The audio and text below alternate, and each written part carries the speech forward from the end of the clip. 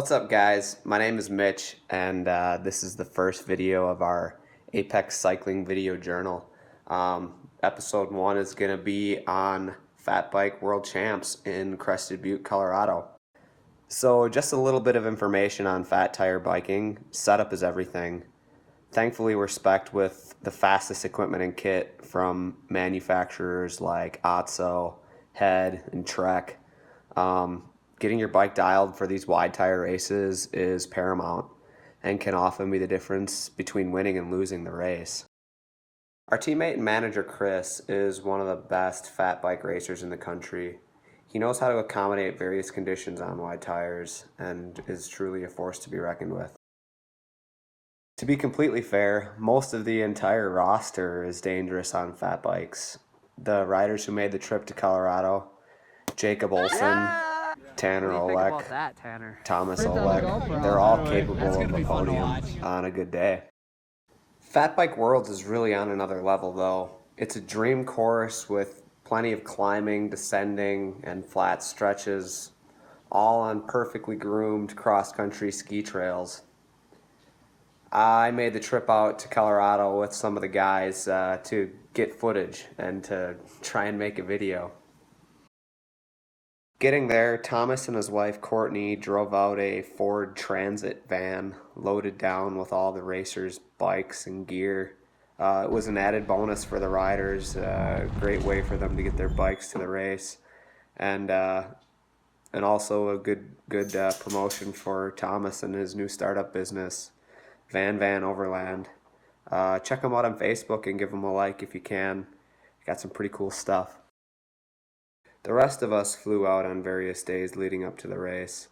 Chris, John, and I flew out on Friday morning, ultimately arriving in Denver, and from there it's another 4 hours by car.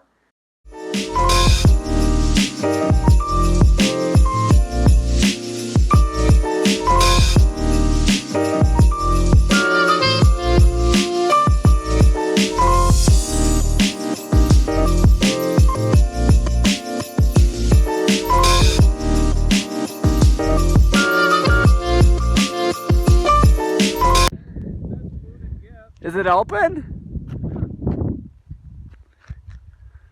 Hi, Chris. Hi, Mitch.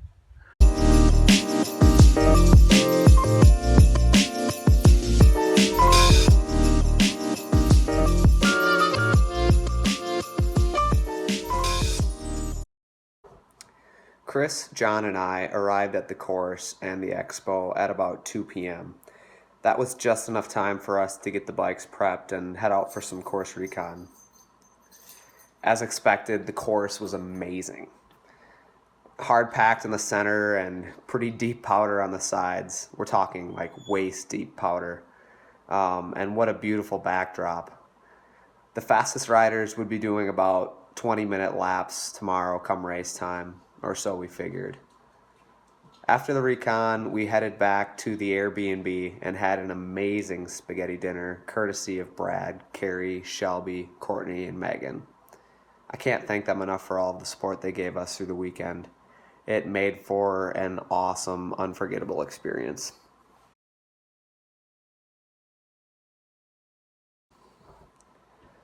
The morning of the race, we woke to Bell Lab coffee filling the air. Everybody was getting their race day nutrition dialed, whether it was oats or granola or eggs. After an easy conversational start to the morning, we loaded up the vehicles and headed back to the course for the race.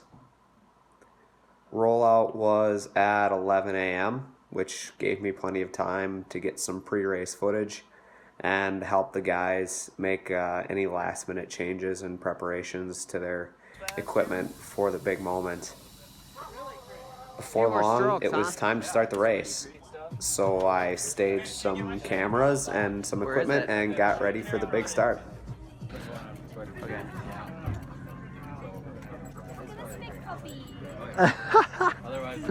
Come on, throw the frisbee for me. What do you think about that, huh? Say hi, Mitch. Hi.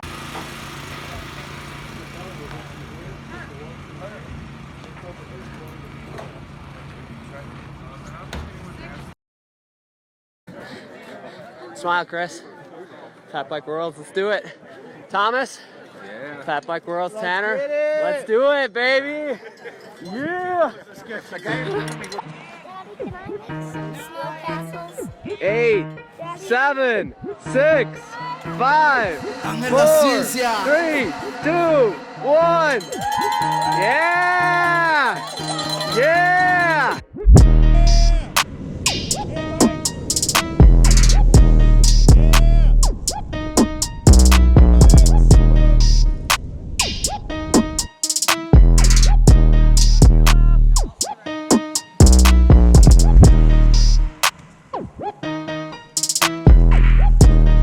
Thomas is just around the back. Tanner, keep giving her, keep pushing. Let's go.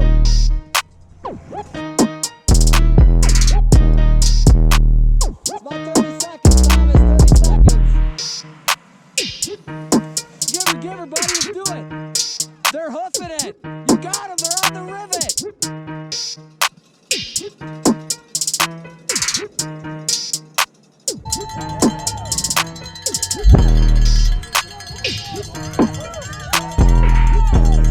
Go, John!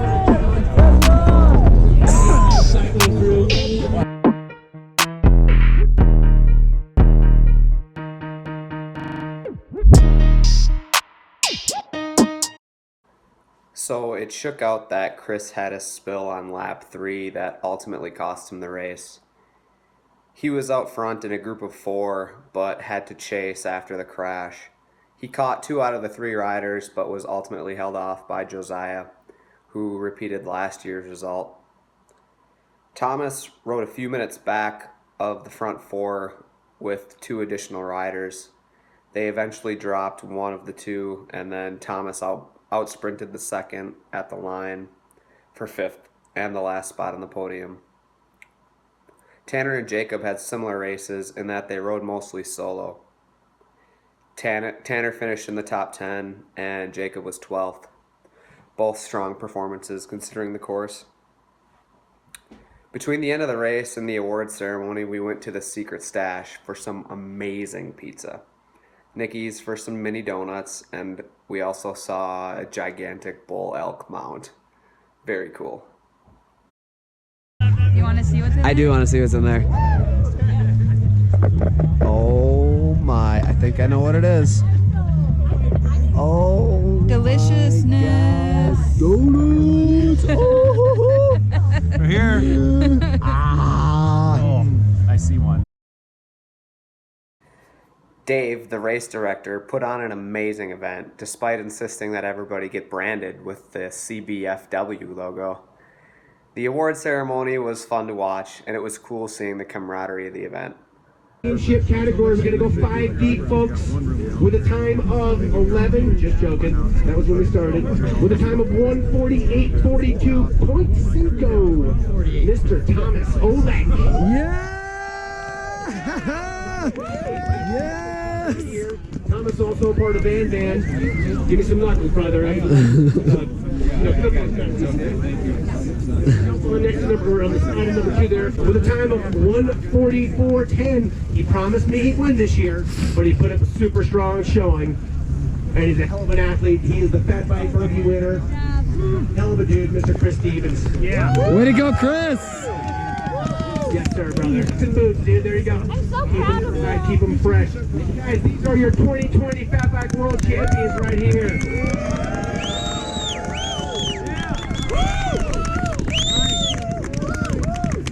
These guys are igneous intrusions amongst the point. Moments before the awards, Jacob proposed to Megan in what was to be the surprise of the weekend. What a cool spot for it, and congratulations to you two. Sorry my video is so blurry.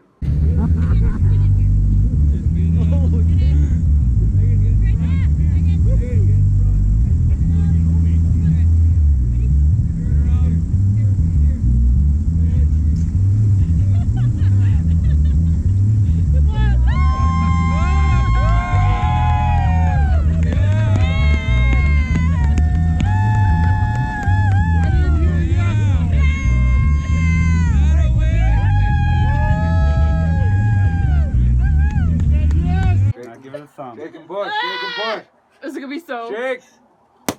Yeah! Sunday was spent sampling some of Colorado's finest food establishments and catching a flight back to Minneapolis, closing out what was an amazing weekend. Thanks as always to all of our sponsors, and stay tuned for our report on the Fat Bike Berkey in March. Ah!